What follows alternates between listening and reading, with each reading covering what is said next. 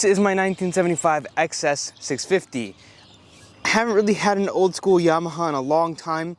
Had them in the past, but last year, end of last year in December, this bike came up for sale at a very good price because of the winter market, and I just couldn't not have it. In the past, I had a pair of XS550s, but never had a 650. The 650 became kind of collectible and just never came across a good one until this one. This bike is in absolutely beautiful condition for being a 1975. You can see the sticker kit here needs to be replaced. There's a little bit of surface rust showing in some spaces, but this is not a Wisconsin bike. Unlike most of my bikes are from the Midwest, this is a Southern bike. We are currently here in Texas, and this is a Texan bike. This is a one-owner motorcycle with only 6,552 miles. I've rode it around a little bit, and I've enjoyed every single second of it. It needs a few things, but overall it's in great running condition, and I'm very excited to see what we do with this bike. Like I said, we're not back home in Wisconsin. This bike probably isn't going to make it back home in Wisconsin, but we'll see what happens. I've been hiding this bike because I haven't been down here since I purchased the bike. I didn't purchase it. I wasn't here. I didn't even see this bike until a couple of days ago, and it is beautiful. All the chrome is in great condition. All the paint is in pretty fair condition for being such an old bike. Again, only 6,500 miles. The only rash it really has, it has a little rash on this front fender here. But other than that, there's no tear in the seats. There's maybe a couple scuffs on the tank that we can probably buff out, and the stickers need to be replaced. But it's very, very impressive. After seeing bikes from the Midwest and everything that happens to those, I mean, I can't complain. It's an old bike, an old machine that's unrestored. Fully unrestored. This bike is completely how it came from the factory, which is huge. Also, one thing I really like about not only this bike, but also the Honda 450, CB450. You guys can hear that? These are metal side covers. The Honda plastic side covers are a nightmare. They just keep breaking. Like, they get a little brittle and they just break. The metal is just that quality is something that I really enjoy. For those who don't know what this bike is and are kind of staring at me like, oh, that's a good looking old bike. Well, yeah, it is. But this is a parallel twin that was kind of a copy of the British bikes. It's very unfair to say that this is a copy of a British bike, but it's very, very British. The only thing that really indicates that it's not a British bike is it having Yamaha here and Yamaha on the motor. They wanted to enter their place into the market, into the four-stroke market, because before this, Yamaha only made two strokes. This is Yamaha's very first four-stroke motorcycle, and they knocked it out of the park. I mean, it was cheaper, it was more reliable, it was up to par with the British bikes in terms of power, but they said the bikes didn't handle quite as well. Nowadays, none of that stuff matters, but back in the day, the English had a ton of time to kind of perfect their recipe. Well, this was Yamaha still trying to learn and do everything better than they were doing at a cheaper price. This is another example of why the Japanese really took over the motorcycling industry in the 70s. These bikes first came out in 1968 or 1969, and they had a drum brake in the front, and those bikes are absolutely beautiful. 2 years later, they put a disc just like this, and they had a slightly different tank design. Then in 1975, they came out with this design and this color scheme, and I think this is absolutely beautiful. Now, there are a couple of things that are weird about this bike that you wouldn't expect from a Japanese motorcycle. It is very, very British in terms of its heart. You feel like it's a British motorcycle. When you start it up, it gets that English bike thump. When you start up a BSA, when you start up a Triumph, when you start up a Norton, you get the thump.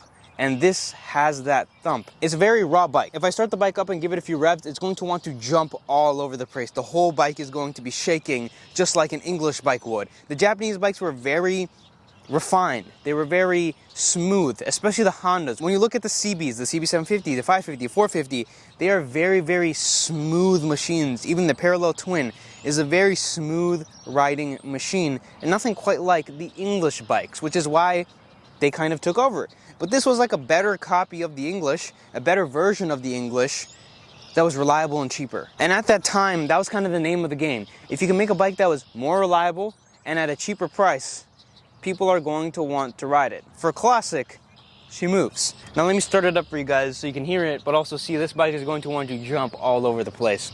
And it's awesome. Idles pretty nicely.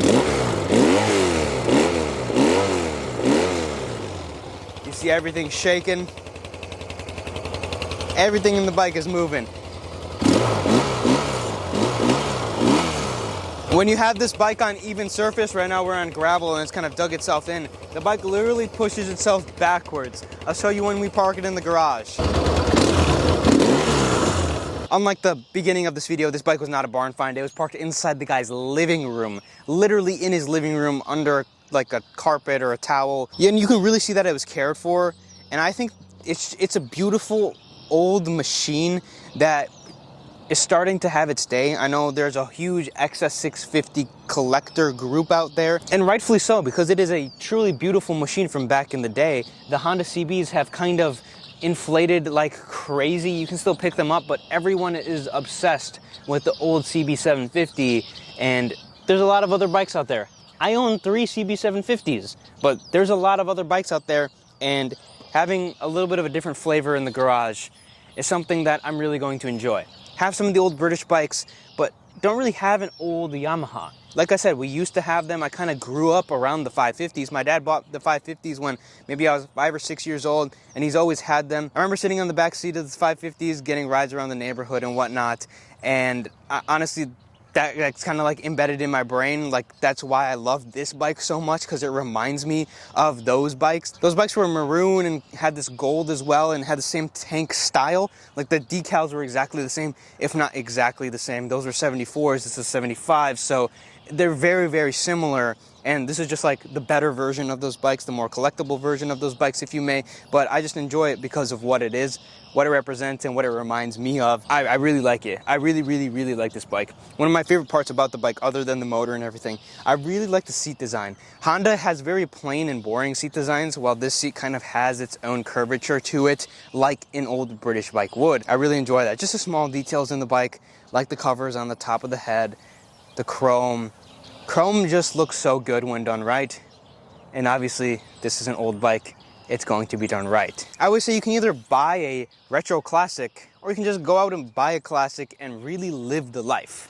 I would say we put some heat into the motor, but it's very hot outside, so what do you say we fire it up and take it for a little ride around and really see what this bike is like. Fuel turned on, there's one on each side, 2 carburetors. Now this bike, like I said, it has been sitting for a little bit. We did go through the right carburetor because it was sticking and it was leaking, but it still needs to be dialed in a little bit. Sometimes it wants to run on a single because of the carburation. It needs that final syncing that hasn't been done yet. Like right now, it is running on both cylinders.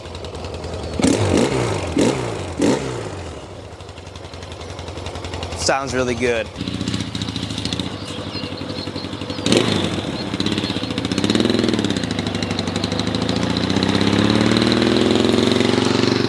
All right, I'm not sure how well this footage is gonna be because she likes to shake. I believe these mounts are made of rubber here, so it's a vibrational ride. It feels very much like an old British bike though. Also, this rattles, and I deeply apologize about that, but this faceplate is off. But she feels very much like a British bike compared to the Hondas I've been on.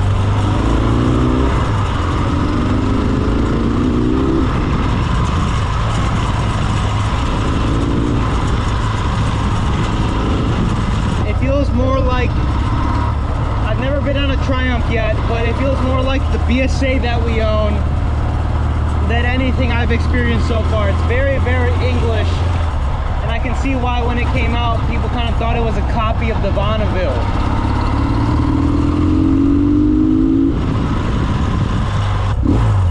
Throttle response is great. I love the handlebar positioning. They're kind of like bent downwards. 3,500 RPM pull.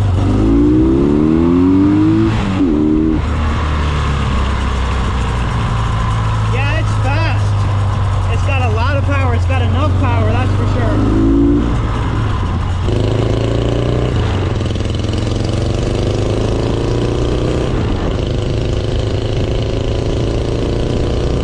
I mean, it really is just a beautiful machine. It probably turned off because, like I said, it needs to be tuned a little bit. The bike has been sitting for many, many years. It only has 6,500 miles. That's like 40 miles a year or something.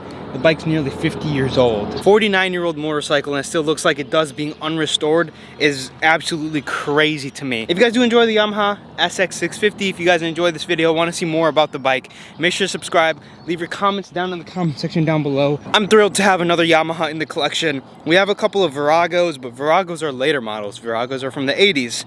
Nothing quite from the 60s or 70s, and this is the first thing from Yamaha that I've had in a long time from this era. Anyways, as always, if you guys enjoyed the video, make sure to subscribe, leave a like on this video, and I will see you guys in the next one.